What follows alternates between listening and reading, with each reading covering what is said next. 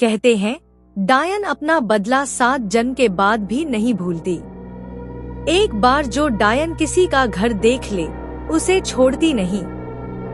तकरीबन 70 साल पहले की बात है। पहाड़ के एक छोटे से गांव में रहने वाले रंजन को पिछले कई दिनों से कोई काम नहीं मिला था।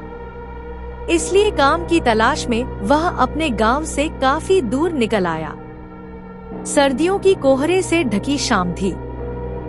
हर तरफ कोहरे ने पहर जमा ली थी, जिसकी वजह से रंजन उन पथरीली रास्तों में भटक गया। तभी उसने देखा कि पीपल के घने पेड़ के नीचे एक बाबा बैठे हुए चिल्लम फूंक रहे हैं। उस रात की सन्नाटे में किसी इंसान को देखकर रंजन की हिम्मत बढ़ी और वह जाकर बाबा के पास बैठ गया। कहाँ वीरानों में भटक रहा है बच्चा? बाबा ने पूछा। मैं 7 कोस दूर डिबरी गांव से काम की तलाश में निकला था, लेकिन लौटते हुए अंधेरा हो गया और पहाड़ों में रास्ता भटक गया। बाबा, पहाड़ों में ऐसे दिन ढले वीरान रास्तों पर निकलना ठीक नहीं होता। तू नहर के साथ वाली पगडंडी पकड़कर निकल जा, आगे एक गांव पड़ेगा। रंजन ने बाबा की बातें सुनी और उनके बताए रास्ते पर आगे बढ़ने लगा। जैसे जैसे वह आगे बढ़ा, पास के जंगल से आती जंगली जानवरों की आवाजों से उसके बदन में डर की झुरझुरी दौड़ गई। अचानक उसे अपने पीछे किसी के कदमों की आहट सुनाई दी। रंजन, इतनी जल्दी मेरी आवाज भूल गया?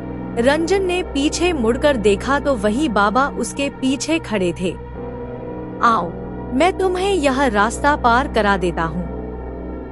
बाबा ने रंजन को बताया कि एक बूढ़ी औरत है जिसे उसके बंगले की मरम्मत की जरूरत है। एक बार जो डायन किसी का घर देख ले उसे छोड़ती नहीं। काम मिल जाने की उम्मीद में तकरीबन 70 साल पहले की बात और बढ़ गया। पहाड़ के एक छोटे से दरवाजे वाले रंजन को पिछले कई दिनों से कोई काम नहीं मिला था। मिस्त्री की जरूरत है। रंजन काम की तलाश में वह अपने गाँव से काम पर ध्यान निकल आया। बूढ़ी ने कहा। सर्दियों की कोहरे से रंजन ने दिन भर मेहनत की और काम पूरा किया, लेकिन जब उसे बूढ़ी औरत का सामान सज्जन सिंह के पास पहुंचाने के लिए भेजा गया तो वह वहां पहुंचकर दंग रह गया। सज्जन सिंह ने चीखते हुए कहा, इसे तुरंत वापस दे दो, यह मेरा सामान नहीं है। रंजन घबरा गया और घर लौट आया। उसकी पत्नी ने पोटली खोली और उसमें जादू टोना का सामान पाया। अगले दिन सज्जन सिंह और उनकी पत्नी की मौत की खबर सुनकर रंजन डर गया। क्या मैंने पोटली दी और आज सुबह उनकी मौत हो गई? रंजन ने बंगले में जाकर देखा कि वहां कई काली गुड़िया लटकी हुई थी और उनमें से एक गुड़िया उसे पहचानी सी लग रही थी। एक आदमी ने बताया कि यह बंगला डायन का है।